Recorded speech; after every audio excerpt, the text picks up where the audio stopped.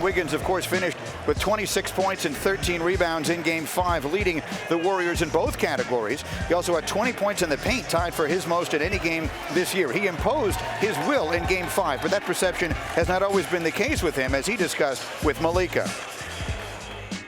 There was a time, though, when you were sort of slapped with this label as soft.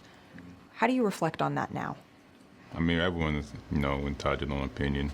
I feel like once, someone puts it out there, it's kind of, perception's kind of reality, type thing. But I never really gave it no life. I feel like the people around me, I feel like real hoopers, they all know it wasn't nothing soft about me.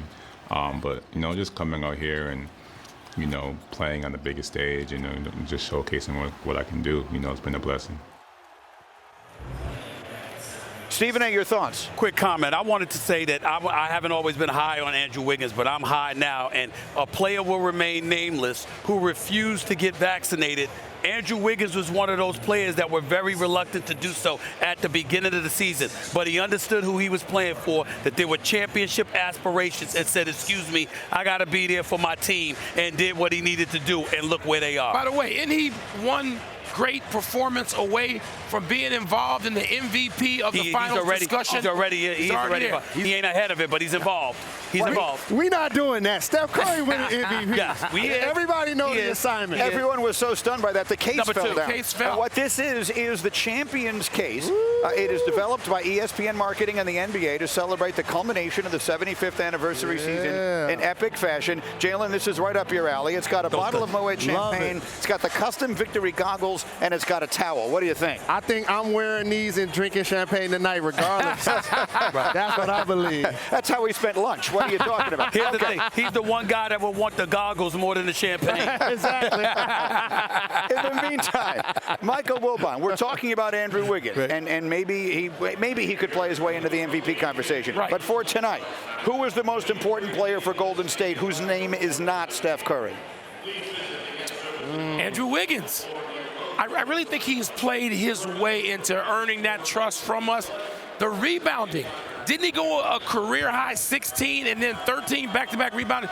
That's a case also of probably some really good coaching and probably mentorship in that locker room where people are saying, hey, we really needed this from you. You might not have done this. This might not have been your role. Andrew Wiggins is so different. His impact from when he was the overall #1 and the pressure of playing to that in Minnesota and not realizing that and coming to Golden State in a different environment and just becoming everything you can want from a teammate and more.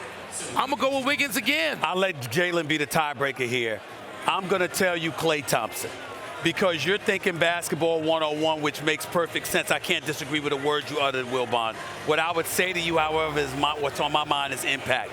When Klay Thompson gets rolling, it has the ability to galvanize that team in ways only Steph Curry can do, and to deflate a visiting crowd, or the opposing crowd in a way that only Steph Curry can.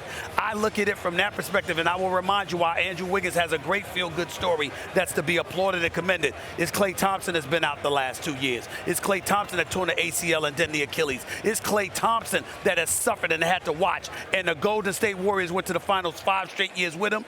The 2 years he was out, they missed the playoffs. He comes back. They're back in the finals. That's the story. I'm thinking Klay Thompson. I agree with Stephen A. And by the way, Klay has been so historically good in Golden State. There's a fake Klay Thompson that got banned from coming to games. How can he play there his whole career and somebody let somebody that don't even look like him get out on the floor? I got to confess to you, that dude really did look a lot like him. No, he don't. He really did. He don't look like him. He really did. But Here's a Wiggins point that I want to make sure I stress. We're going to talk about him being a primary defender and his versatility playing multiple positions. He played a lot of minutes at small ball for last game. But he had 20 points in the paint. When the Boston Celtics turn the ball over, it ignites a player like him in particular. Because in half court, they ain't looking for him. They're looking for Steph. They're looking for Klay. He can get it off cuts. He can get it off mismatches. But the turnovers are key to get him those 20 paint points. All right, we will find out shortly. Thank you for watching ESPN on YouTube. For live streaming sports and premium content, subscribe to ESPN+.